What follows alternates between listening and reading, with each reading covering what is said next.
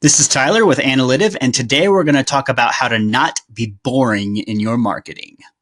This is the Analytive Podcast.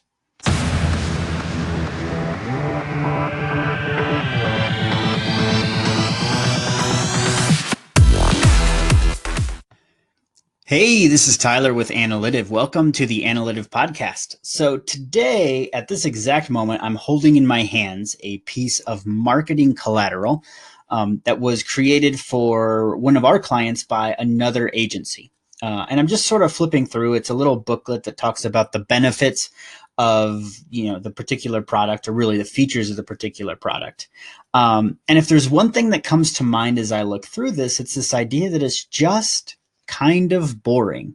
It's filled with the following, right? It has appropriate use of stock photography, lots of happy, smiling people in front of computers and typing and giving high fives and shaking hands, lots and lots and lots of stock photography.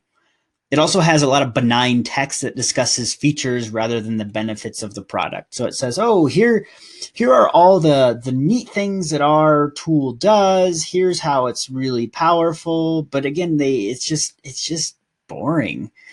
There's no statements that could be misconstrued in any way, right? There's no risk that they took in creating this document. There's a list of reasons why the product should be adopted that aren't actually reasons. They're very generic, use of a lot of buzzwords. And then it's just, again, full of just buzzwords over and over and over. Words like efficient, solutions, amazing, connections, partnerships, reliability, and value. All words that sound good. They sound good in marketing speak, but really don't say anything. This is a corporate marketer's dream piece. It allows somebody to check a box that says, yes, we created a piece of collateral. We created a piece of content that will get into the hands, and we did our job. Look what we created. But the thing is, it's boring. It's just boring. It's not exciting. It doesn't tell what the product does. It doesn't give a demonstration of the product. It doesn't connect with the audience. It's just boring. Boring doesn't attract attention. Boring doesn't sell. Boring doesn't make a difference. Boring doesn't change the world. Boring doesn't drive engagement. Boring doesn't build the future. In fact, boring isn't even read. In a world where people are bombarded by content, boring is skimmed at most and then dropped. So do you have to be over the top crazy? No, of course not. Do you have to be offensive? No, of course not. But do you have to be boring? I would say absolutely not. So how do you not be boring without being over the top crazy or offensive? Well, first of all, you can tell stories. Our brains, the human brain, is designed to remember and connect with stories. A while back, I sent out an email talking about nonprofits. The number one problem I see in nonprofit marketing is that they don't tell stories. They ask for funds. They try and talk about the big plans that they have and how their system or their process or their organization is going to change the world, but they don't tell stories. They don't tell about Sally and how they help Sally afford a house. They don't tell about Bob and how they help Bob get a job. They don't tell about Ted and how they help Ted overcome an addiction, maybe to drugs or to something else. They don't tell stories. People connect with stories. What are the stories worth telling in your organization? What are the products or services that you've built, and how have they impacted people positively? Another way to not be boring is to be visual. Our visual processing is some of the most powerful in our brain. For example, one of the ways I use visualizations is I had a client who was really trying to understand what we were doing for them. They couldn't understand how all of this marketing and all these things fit together. So instead of trying to describe it in words or in an email, I simply went on Lucidchart and I drew them a flow chart of how all of our marketing collateral is used, where it's sent to, how leads get filtered through, and how they come to the website and convert. It was really powerful. And they just responded with, oh, I got it. Suddenly it makes sense. It wasn't boring to them. It was visual. Now, of course, you can make crazy flowcharts that are boring and pointless, but if you're trying to explain something, if you're trying to connect with people, visual is super powerful. Think about political cartoons. Political cartoons and newspapers are over a century old, centuries old. There were political cartoons that were being published at the founding of our country, right? 1774, 75, 76. Hundreds and hundreds of years old, but visual is super powerful. Also, you can say something countercultural. Way 3, you can say something countercultural. Don't do this just to be contrarian, but if you believe something is a little bit off in your industry, call it out. If you see something wrong, something not right, if you think that people are approaching things with the wrong strategy, call it out. Don't be afraid to be wrong, right? At least then you'll be memorable.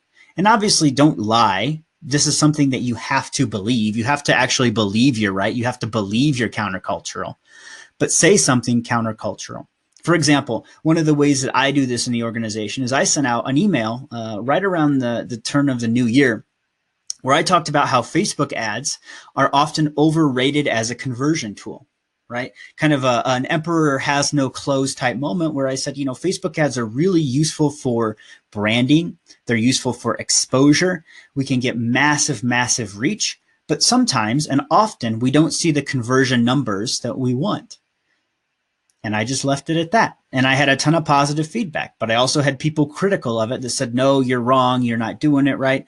That's fine. I don't mind that people disagree with me. I don't mind that I created some waves, but I said something countercultural. And the fact is it wasn't boring. And again, it built the relationships that we had and it caused some discussion.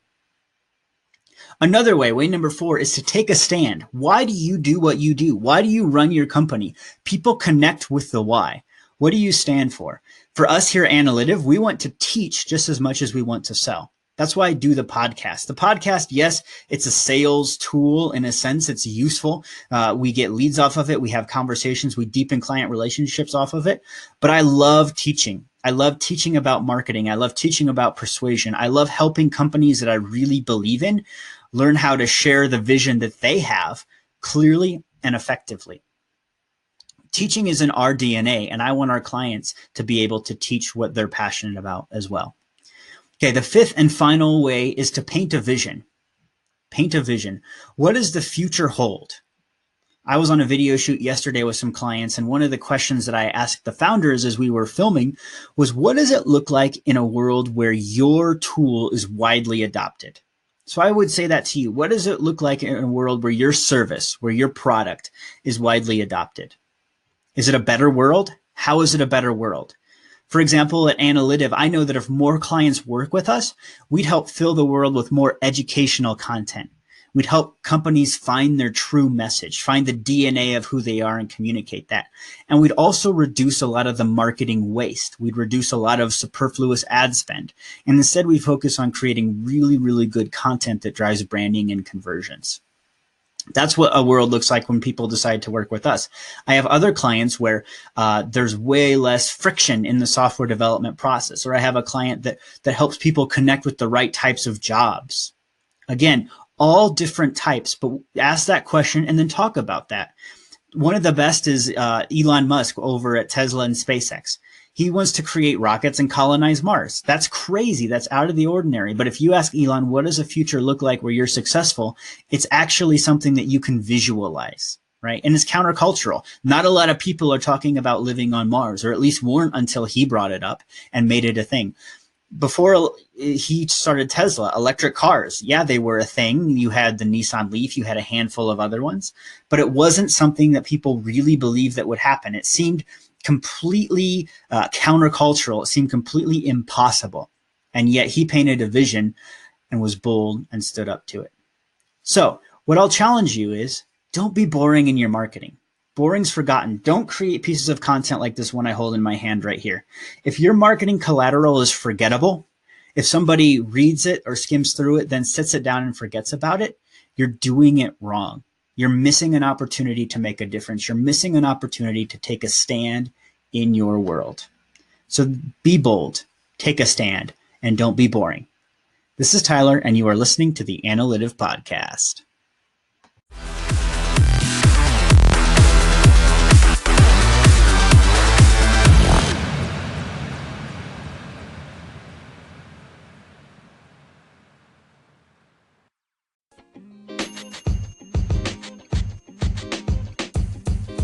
podcast you just heard was recorded with Anchor. If you want to make your own, download the Android or iOS app completely free from anchor.fm/podcast. That's anchor.fm/podcast.